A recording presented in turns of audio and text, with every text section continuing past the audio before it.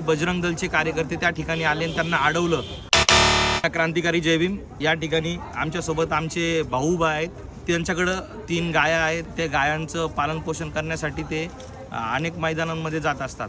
तर त्याच अनुषंगाने आज ते प्रतापनगर या ठिकाणी गेले असता प्रतापनगरमध्ये काही बजरंग दलचे कार्यकर्ते त्या ठिकाणी आले आणि त्यांना अडवलं व त्या ठिकाणी त्यांनी म्हणले की तू गायांची तस्करी करतो का, तू ही आमची गोमाता आहे यांची तस्करी करतो का, यांना कापायसाठी घेऊन चालला का।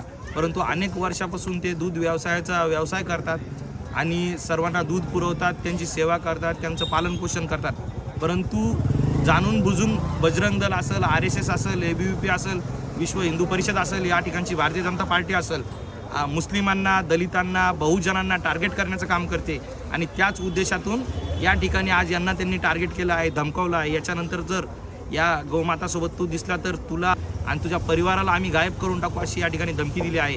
त्याच अनुषंगाने वंचित बहुजन आघाडीच्या वतीने आज आम्ही या ठिकाणी PI साहेबांना भेटून अर्ज सादर केला आहे। या आरोपींवर, या गुंडांवर तुम्ही कारवाई करावी अशी या ठिकाणी आपण मागणी केली आहे।